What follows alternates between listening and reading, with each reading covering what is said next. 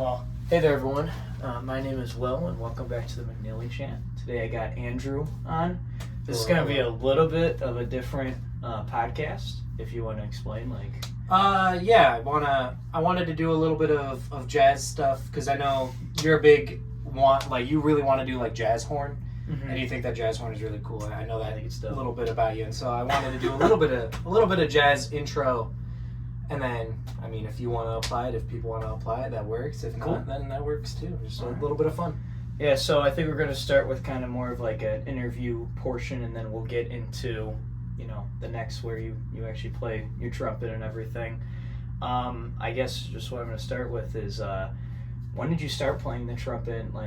How did you get an interest in that? Yeah, I started playing trumpet in 6th grade after my mom has always kind of been you need to do a sport or something extracurricular, and so I bounced around a lot, and then I played soccer when I was young, basketball when I was young. I sucked at both. I'm really short, so basketball's not great. So kind of like me. Yeah, that's what happened with my mom too. And then so I was like, okay, I'll try an instrument, and then my stepdad was like, oh, you should play trumpet, and I just kind of had that mindset going in that I was like, I want to try this trumpet thing, and then I was really good at clarinet when I started. Oh, okay. I was not great at trumpet, but I liked trumpet more, so I picked that. Interesting. So you started with the clarinet, or we were able to just try a bunch. And okay. Then the one that I was the best at was the clarinet, and so my teacher was like, "Oh, you should play clarinet." And I was like, "Yeah, I'm good. I want to play a brass instrument." It would have been a very different world if I was a clarinet player. Yeah, no, seriously, that is interesting. So yeah, you started on the trumpet then. What kind of made you want to become do something in music, become a music educator? Yeah, I know that's what you're studying. Junior year, I got really invested in forensics, and I was I want to be a forensics major. I want to go into forensics, and then I took forensics in high school, and it was maybe the most boring class I've ever taken in my life. I ended that with a 99. After doing basically nothing the whole year. And so I went, okay, maybe forensics isn't for me. And the other thing at the time that I was really enjoying was music. And so I got an opportunity senior year to conduct for the freshman band, and discovered how much I love teaching and going through that route. So I was like, okay, music ed seems like the move. That's really cool.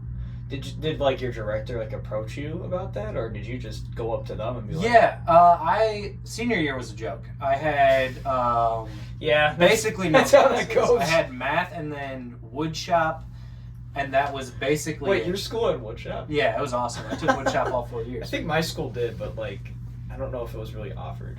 But my schedule was wood shop, math, TA for band, lunch, band, TA for band, leave early. Oh, that's awesome. So I didn't actually have enough credits, was the big issue from that. Oh, okay. I was missing one credit to actually take the year, otherwise they would have made me graduate early, and I really didn't want to do that. Because senior year is kind of it's what you're building up to the whole time. Yeah, we already lost a year, so I wanted to have that year. You at least have that full year, and also if the opportunity to have a senior year, because a lot of people did not get that through COVID. Yeah. It's you kind of want to take that opportunity. Yeah. It's the last time. You'll see your friends again, but it's one of the last times you'll be in the same setting, with your friends. Yeah. Kind of thing. You can't miss senior year. Yeah. No, you just can't. So I was missing one credit, and I reached out to my band director, who I was TAing for 3 of the periods of the day. That's crazy. And we set up a directed study. Basically, you made up a class for me, so where I would have a credit to graduate, as well as I would get an opportunity to teach. That's really cool. So it's kind of best of both worlds. Yeah, that's pretty cool. Because you said 3 bands you were TAing for before. What bands were they? It was the freshman concert band 2. Okay. Symphonic band, which was the lowest at the time, and then wind ensemble, which was the middle. Oh, okay. Was your top group Wind Symphony? Yeah. Okay. Because my high school, it was different. It was for whatever reason, the freshman band was called varsity band. Yeah, that's interesting. Yeah, it's weird. and then we had a sophomore band, which was concert band. And then we had symphonic band, and then wind ensemble was kind of how it worked out there. But okay, that's interesting. So did you guys have? I know you're super into jazz. How did you get into that world? I guess. Okay. Yeah. So I did jazz in middle school, which was really just kind of playing pop tunes. That's how it was for me too. I wasn't really interested. So freshman year, I didn't do jazz. I didn't want to do jazz. Okay. And then sophomore year, we all died. And then second semester, sophomore year, I was like, okay, I'll dabble. Yeah. And then junior year, I wasn't in it for a little bit. And then my band director walked up to me and was like, can I see you in my office after marching band? So I was terrified, like any normal person was. Yeah. Because who says that? Yeah, what That's teacher? Cool. Yeah. And then I went into his office. He's like, you're doing jazz.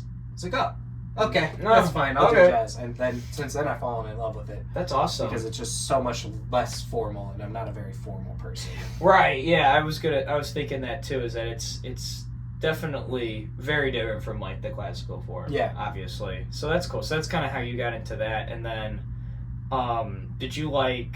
So you played, I would assume, your junior and senior year then, kind of thing, and then you auditioned here as well. Yep. That's cool. Okay. Yeah, and since then I've kept it up. I didn't do it first semester because it didn't work in my schedule for college freshman year. But since second semester freshman year, I've been going at it. So that's pretty cool. Did because I know you also have a jazz combo with some people, right? Yes. Okay. Yeah, I play trombone in a jazz that's combo right. Okay. in Oswego.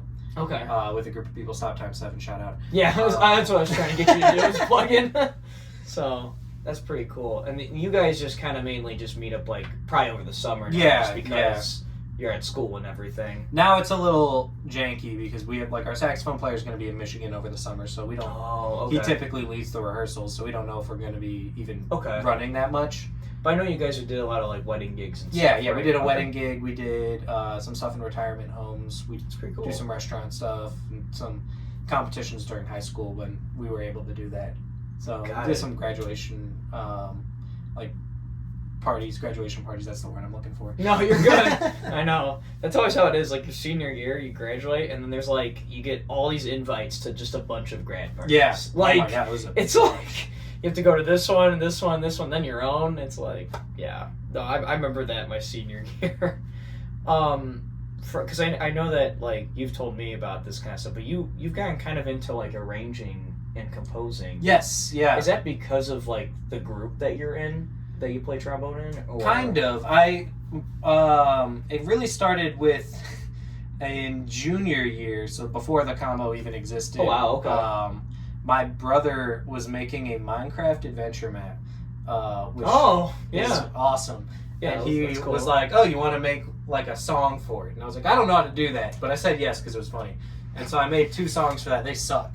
I can find them. I don't know where they are. They're terrible. Oh, they're awful. But then he made another map, and so I made a whole soundtrack for that. And then I've moved since into 2 different kind of game projects.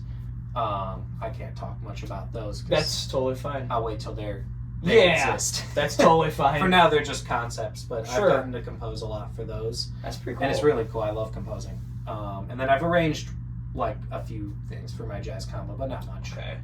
So mainly just arrangements for the jazz combo. What have you arranged? I have a whole playlist of like game songs because I play a bajillion games.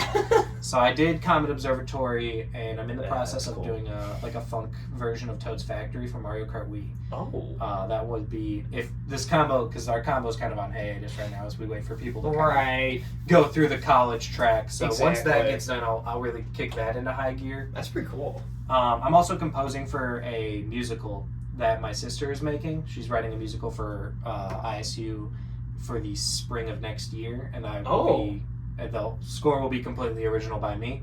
That's really cool. That will be awesome. I don't think I actually knew about that. That's pretty dope. No, yeah, I haven't talked about it much because it's. Yeah, I don't know how you bring that up in conversation. Yeah, well, we also haven't gotten too far because it's a big summer project. Sure. So the script is about 75% done now. I have about 1 song that's pretty complete on my laptop. I didn't bring my laptop, otherwise I'd show it. That's okay. That's really cool. Wait, so will ISU actually like show it off if it's like... Hopefully. Okay. If all goes well, she will bring it to a thing called Free Stage, which is like under in the basement of Milner. there's like a whole bunch of theater productions. I've passed by that before. Yeah, that are student led, and so we'll bring it to them, ask for like a certain budget to make props and stuff for that. Since this is original, an original musical, they'll say yes for sure, because there's never been an original musical at ISU. Wait, seriously? Yeah, I mean, musicals are already hard enough because you got to license the music. Right. To do an original musical, you got to get a composer. Right. And then get a theater person who wants to write a musical. Yeah. And that's hard to do unless you have a twin that goes to the same school. Really. I'm just gonna say. Yeah, that's funny.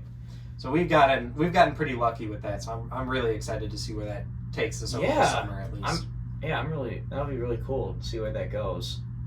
I also know that, besides jazz and everything, you also, have somewhat of a fondness for marching band. Yes. Did that start with high school, or because I know I had Matt on the show, and he mentioned to me that he had no clue what it was even before high school. I knew marching band in middle school from the same person who told me to play trumpet because of that. Oh, okay. So I knew marching band existed, and I always thought it looked fun.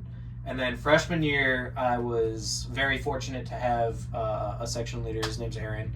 That's Aaron. I don't know what you do with last names here, so I won't say his name. But that's and fine. he was absolutely fantastic. And made it basically a family in 1 week. Wow. And so that made me fall in love with marching band. The year after we had a good section leader the year after, but it was COVID. And the year after that, we had a terrible section leader.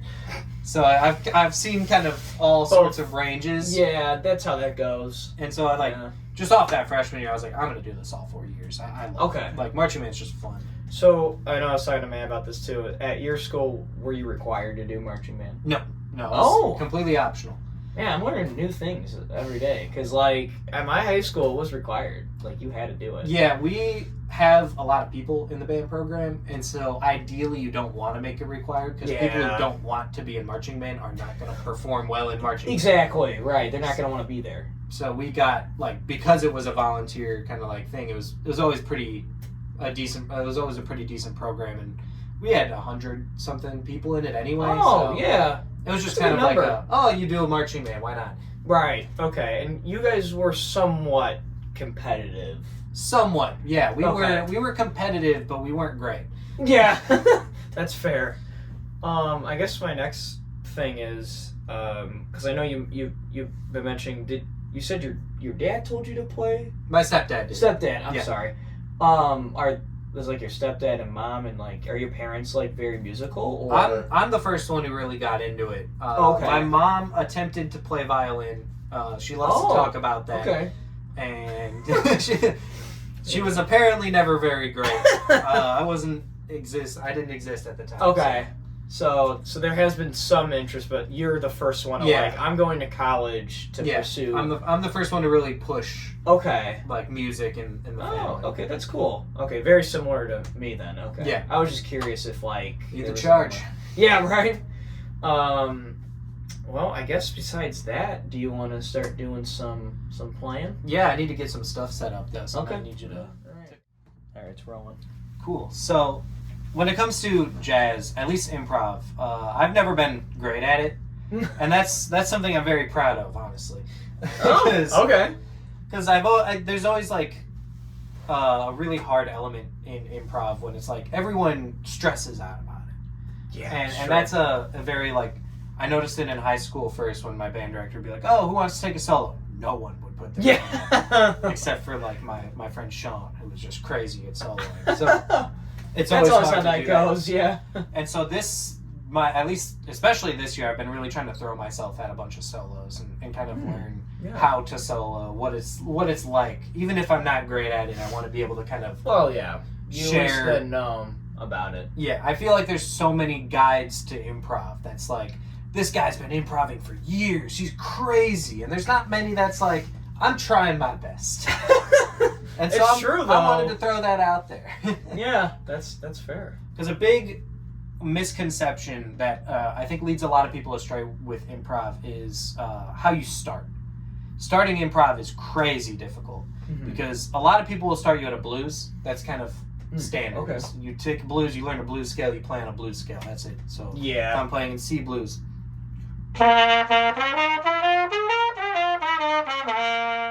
You learn that. Right. That's all you need. You play a whole blues.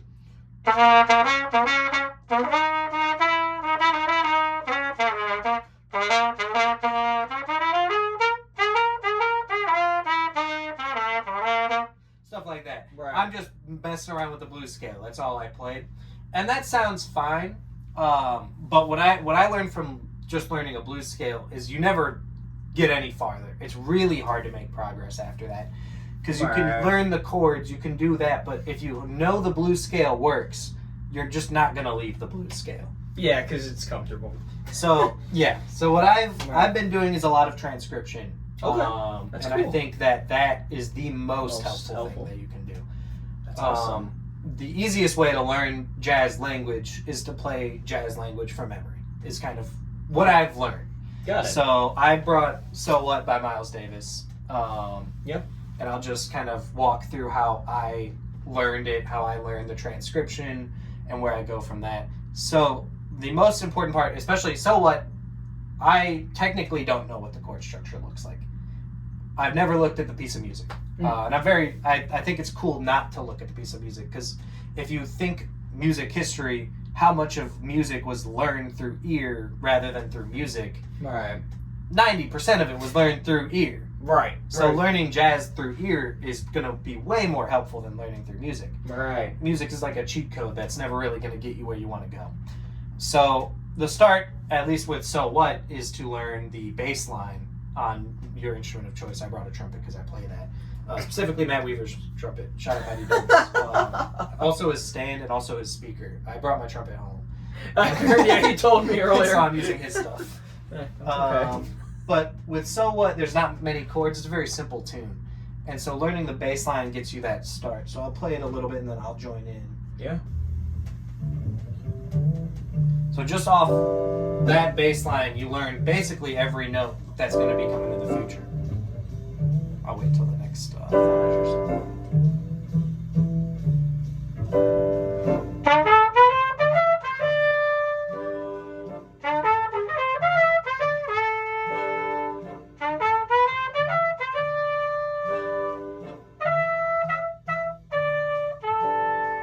I'll stop there. So just off that, you learn the first kind of few measures and what to expect when you're getting there. Then you can learn the melody. So What is very kind. It's a very simple melody. Just that's your melody. Yep. You need to know 2 notes. I remember we played it in high school. And then learning the chord change, all you do is you hear that it's gone a whole step up, and so you play it a whole step up.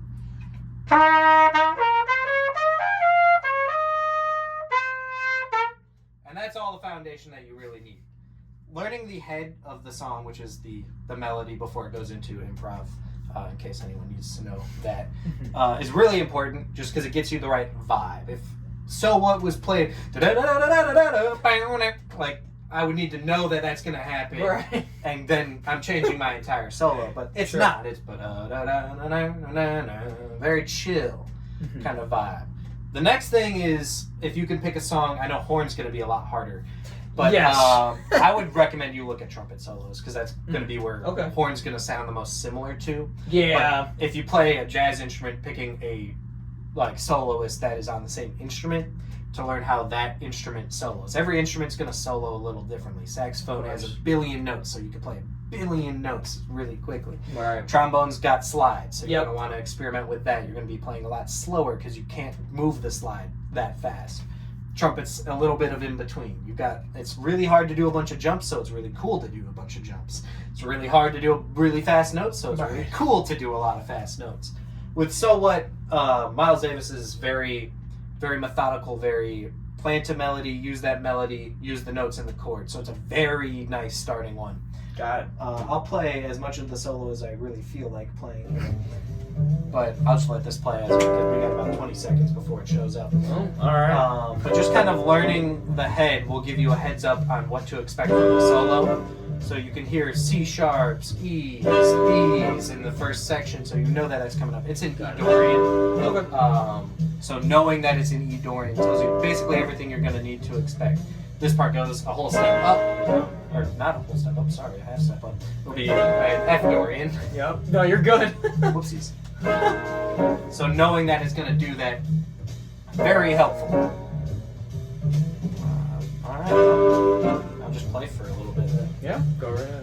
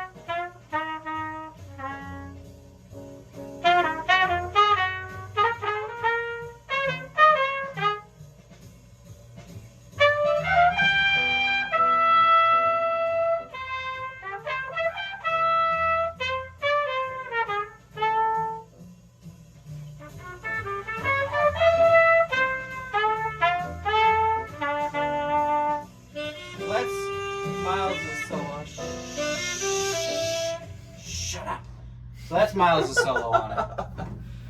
And it wasn't perfect.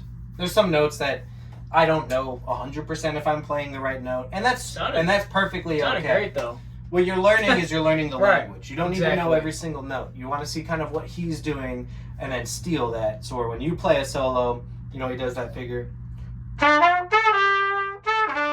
almost throughout the solo. It shows up 3 different times, and it's first, middle, like start, middle, end is when it shows up. So clearly it's an important figure that he kind of commits to.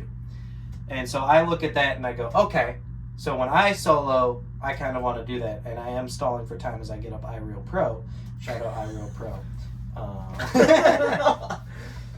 But kind of having that mindset going in, I've learned the solo completely by ear. I don't know what the music looks like. I don't know if I'm playing the right notes. That's fine.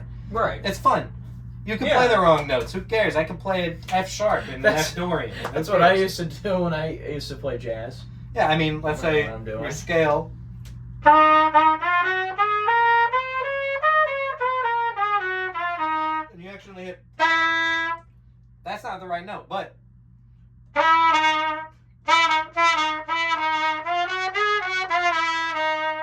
Now it sounds right. Right. I just played it 6 times. It was the wrong note, but if you play it a bunch of times, it's good enough. It's good enough. Yeah, exactly. And so, playing a wrong note, the hardest thing you could do is play a wrong note and go, uh-oh, because then you're changing your mindset. This is something that I've been working on, is trying to reach the quote-unquote flow state. Yeah. Which is nearly impossible to reach. It's a myth, I feel like. But then I watch everybody do it. Yeah. So I know it's a thing. It's a thing, but yeah, for sure. So when it comes to reaching that flow state, I feel like a lot of it is just a lack of worrying.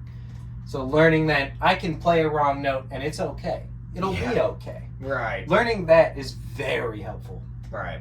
So if I were to take what Miles Davis did versus what I did, it's not going to be perfect, but I'm happy with it. It's good enough.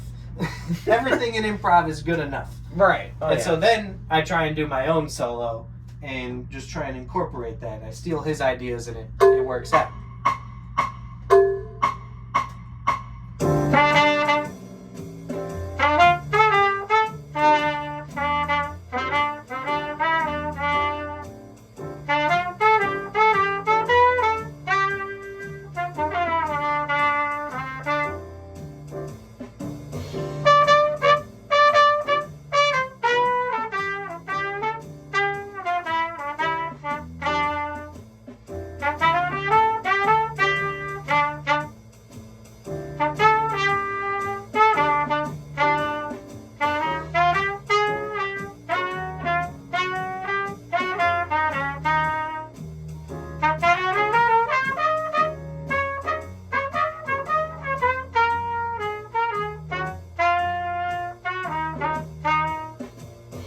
Stuff like that. So I didn't even play a full chorus.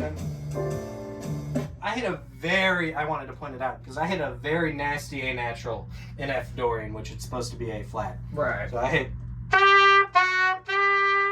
played the wrong note. And so I did a whole little figure with it just to play around, see if I can make it sound good. And it worked out. I don't know if you noticed it or not. I actually didn't even notice you played the wrong note. Fantastic. Yeah. That's the point. So that's the point. Yeah. And so getting that into your head that it's going to be okay. You play a wrong note, you hit a wrong note, play it again is a very common thing said. But it's hard to do. Yeah. Oh yeah. Because especially cracking a note, that's always a very. Yeah. If I'm trying to hit a D, or if I'm trying to hit an F and I play a D, that wasn't my right note. I wanted to go, but I missed it. And so now you need to think, what do I do next? I've hit the wrong note, and so go back down, crack it again. Who cares? Exactly.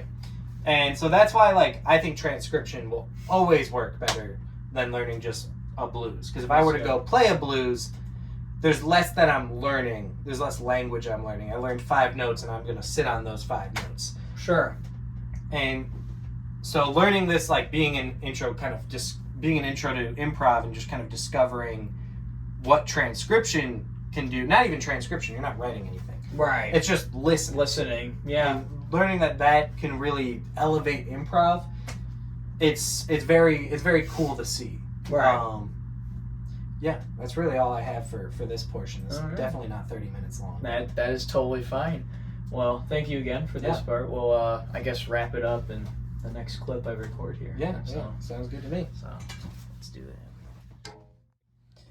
All right, we just ended that part. That was pretty cool. I definitely learned a lot from that. Yeah, I mean, I hope. Like, I'm sure people there. Yeah, seriously though, I probably will do that because that's something that's really cool. I guess my next question is, so you mentioned like the transcription and stuff. I'm sure you've heard of it, but you've heard of like the real book. Yes, yeah, I own a real book. So you do, okay. I know I have one in F because I think it'd be funny to play it on horn, which I have done before. Have you like used it at like gigs or anything? A few times if we want to play something different. Okay. My jazz combo specifically, we have a folder for like all of the Oswego East jazz combos. Just put their music in a big folder. So we have probably 50 to 70 songs in there. Oh, wow. And we've played only like 14 to 20 of them. Yeah. So we barely scratched the surface when it comes to just our folder that we have. Wow. So the high school you went to was Oswego East, right? Did they have a jazz combo there? So it started a while before we even got there, and then it ended, and we brought it back. Oh, okay. So we started this folder, put all of the songs that we learned in, and since then the combo's still going. So that's really cool. The year after we graduated, put their songs in. The year after that, put their songs in. Wow. And it's going to keep going, so we're just filling out a whole folder full of music that's been arranged by either us, by friends. Wow. Professional arrangements, whatever we really want to do at the time. That's really cool that like it's still like a thing. I know at my high school, my senior year they had a jazz class before COVID, but my senior year there was a jazz class offered, and it was just mainly to have a combo. And I mean, it was kind of fun. Like we learned, I think I did like a crappy arrangement of I forgot what SpongeBob song now. It's like the Grass Skirt Chase. I think I did like a crappy arrangement of that. because I didn't know how to arrange anything. Yeah. It's high school. Yeah, so, I mean, we had, like, an arrangement project, and we actually performed them, like, in front of people, which was kind of cool, like, in our school. Like, in the morning, we would sometimes, like, have, like, a little, like, pep band kind of thing, except we did a jazz combo instead. And that was kind of cool. But I remember we did that, and, like, we had, like, 2, like, jazz bands or something, but... yeah, it was kind of like similar to that, where it got killed off like during COVID, because it was COVID. Yeah. And my junior year it was offered, but no one did it, so it was killed off. And then they brought it back, and we actually had another high school band director come to ours to teach it, which was kind of funky, but it worked out. It was cool, but then it got killed off again. So after we left, it was just kind of like, oh, not enough people signed up for it, so. We're not having it again. And I don't think they had it like this past year either, which kind of sucked. But I do remember it. It was fun. Yeah, we have ours as student led, so it's not even like a class. Really? So okay. we set it all up. We did it all. Yeah. And then it moved on. Some other people did it all. Okay. A new one. Ours kept going on the side. Theirs, I think, Okay. stopped. I think the middle years is kind Okay. of broken up. But ours still kind of just does stuff for fun. That's kind of how it was at one of the high schools in like our district, Larkin High School. They are so each high school, just to break it down, each high school has an academy. So like my high school had the Beacon Academy, which was basically like a film making academy. In the first episode of this, I had my roommate Matthew on, and we talked about like Beacon and everything. But Larkin had the Fine Arts Academy, so they were known for like, the musicals, plays, band, orchestra, choir, et cetera, fine arts. And yeah, their jazz program was pretty good. Because they had, the combo and they had 2 jazz bands, but they had some really good players over there. I mean, I remember there was a really good tenor sax player there, if I remember correctly, and a really good trumpet player. So that was kind of cool seeing that. They would host a jazz fest that only our high schools would go to, and it was cool always seeing them because they were better than everyone else. I mean, ours was up there, but they were just a notch above just because they had the academy that was known for that. So that was pretty cool. So I guess with like the improv stuff, I know it's like kind of off topic, or I guess with jazz in general, has it like helped your playing in like classical music at all? It's a double-edged sword. So Okay. I play very bright. That's my whole thing. Every lesson it's warming up my sound. Okay. So that is always the negative that comes from doing a lot of jazz stuff, is because I play lead typically rather than improving. Okay. So my lead playing skyrockets, and then my classical playing is very bright. Got it. Is always the big downside. The Sure. nice upside is from improving. Improving is just very like repetitive sight reading. I'm looking at chords and I'm making stuff up. I'm sight reading basically the whole time, so I can sight read pretty well now. Okay.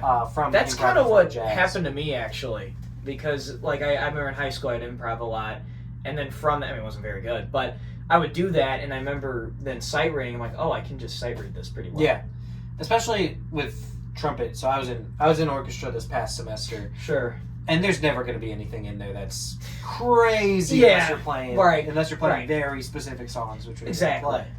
So going through there, I could just kind of sight read it because I was like, oh, this is just not that bad compared to what I'm doing in jazz. I think jazz trumpet is a lot harder to play than classical. Classical's a lot harder to perfect than jazz. Okay, yeah, that's cool.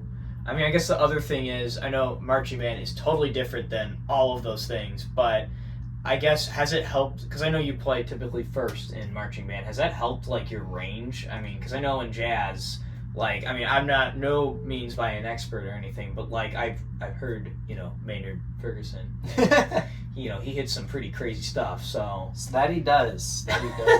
Endless Torture is a really funny song. I don't think I've ever heard that. By Ferguson. Okay. It goes really high. Has that, like, helped you at all in that sense? Definitely. Or? They go kind of hand in hand. So, I've been playing first in marching band since junior year of high school. Before then, I wasn't really into the whole whee in the register. Sure. But from doing jazz and then doing high stuff, you're just constantly getting reps. Yeah, I was gonna say. Especially here, jazz 1 is Tuesday, Thursday, marching band's Monday, Wednesday, Friday. Yeah. So in terms of lead playing, I'm now playing lead Monday, Tuesday, Wednesday, Thursday, Friday. That is a lot of lead That's playing. crazy. Which, 1, hurts. Yeah. But 2, it's a big endurance workout, which will help, 1, your range get higher, because if you could play longer, you can typically push your range a little bit more. Sure. Right. But that should make sense. The main one is endurance. It's really helpful to get your endurance higher when you're playing above the staff. Picking up this guy and then whipping out a really high note is going to be much harder if you have not done it a bajillion times. Yeah. Right. That would make sense. That's cool, though. Well, I guess that's all I have for you. Thanks again for coming on. I appreciate it. Yeah, no worries. I appreciate you coming on. I'm sure they have learned a lot, because I've learned a lot from this. I hope so. I'm not an expert. No. I try. But it was cool. Yeah. So it's definitely different. I definitely liked it a lot. So thank you again for coming on. Thank you all for watching, and I guess I'll see you all in the next one. So, yeah.